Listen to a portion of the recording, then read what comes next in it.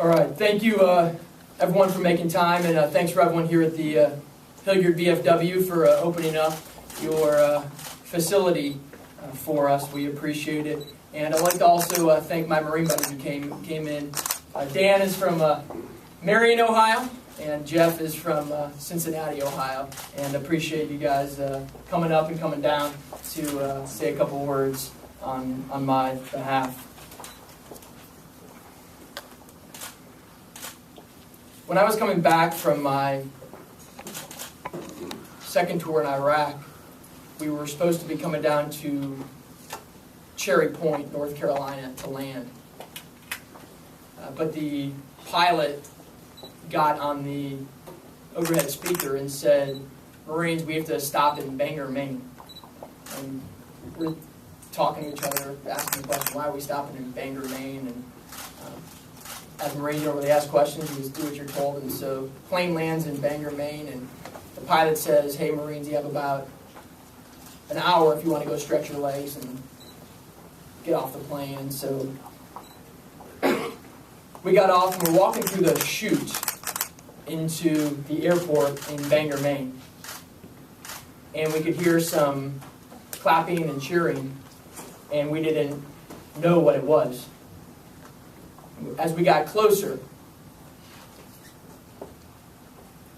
we saw a bunch of veterans, some from World War II and Korea, but most from Vietnam. And these guys from Vietnam had their kids and their grandkids there with them, shaking our hands, giving us hugs, saying, "Marines, no one was here to welcome us when we came home. So we're here to welcome you."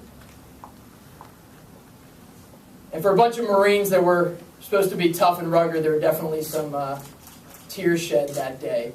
And that's a day in my life that I will never forget. And one of the things that brings us together,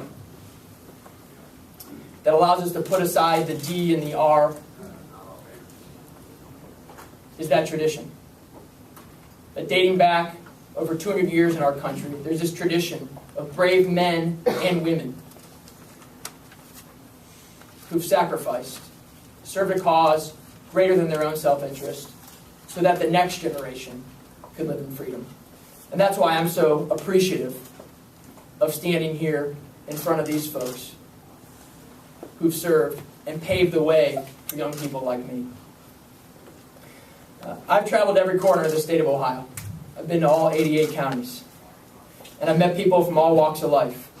And we've been honored to receive the endorsement of a variety of groups.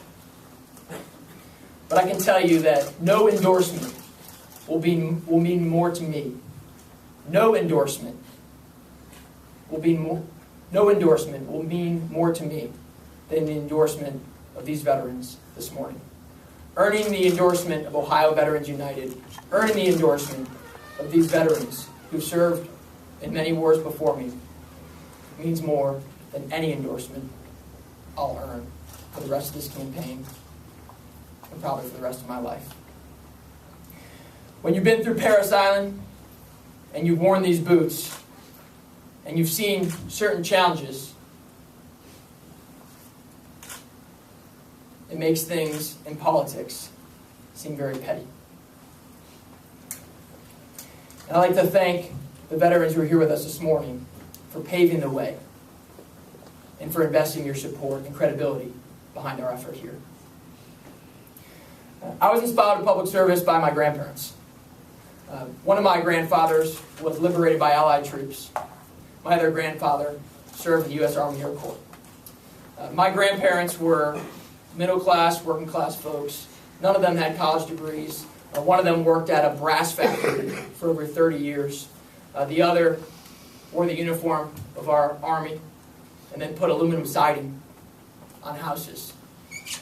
My other grandmother, she was a union laborer. She was a clerk at a drugstore.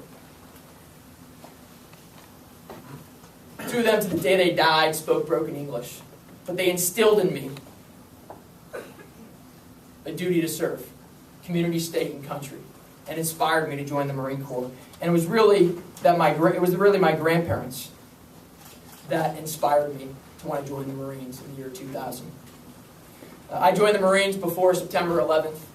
Joined the Marines because of an inspiration from my grandparents. I felt I had a duty to serve.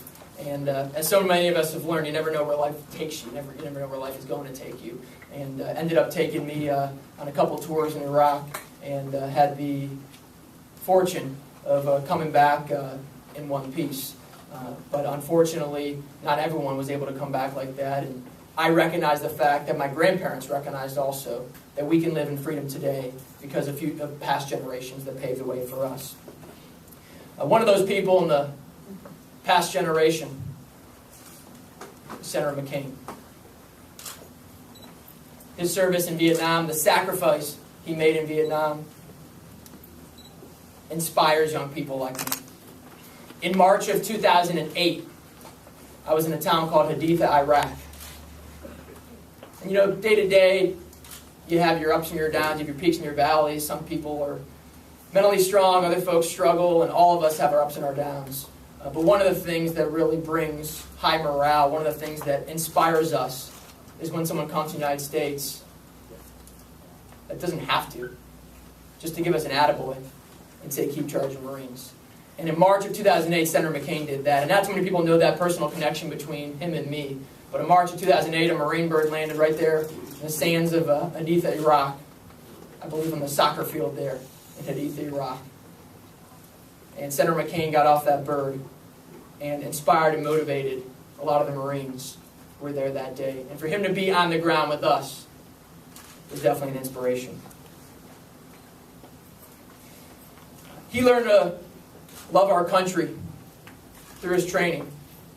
But I would imagine he learned to love his country more than ever when he was the prisoner of another country.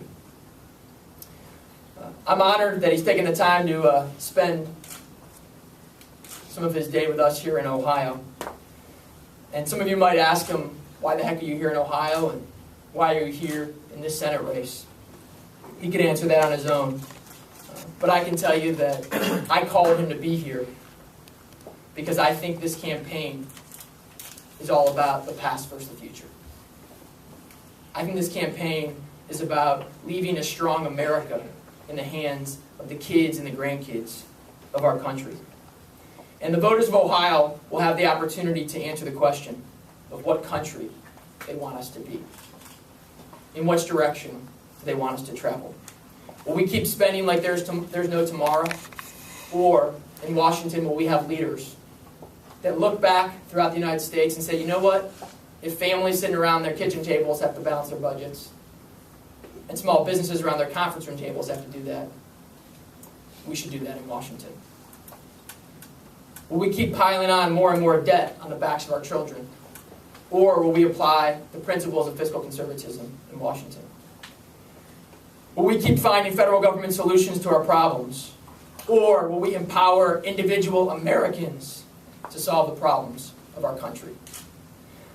I believe that we should be empowering individuals, empowering small businesses, empowering entrepreneurs, empowering veterans to do everything we can to move America in a much better place and to move the ball down the field economically for our state and our country.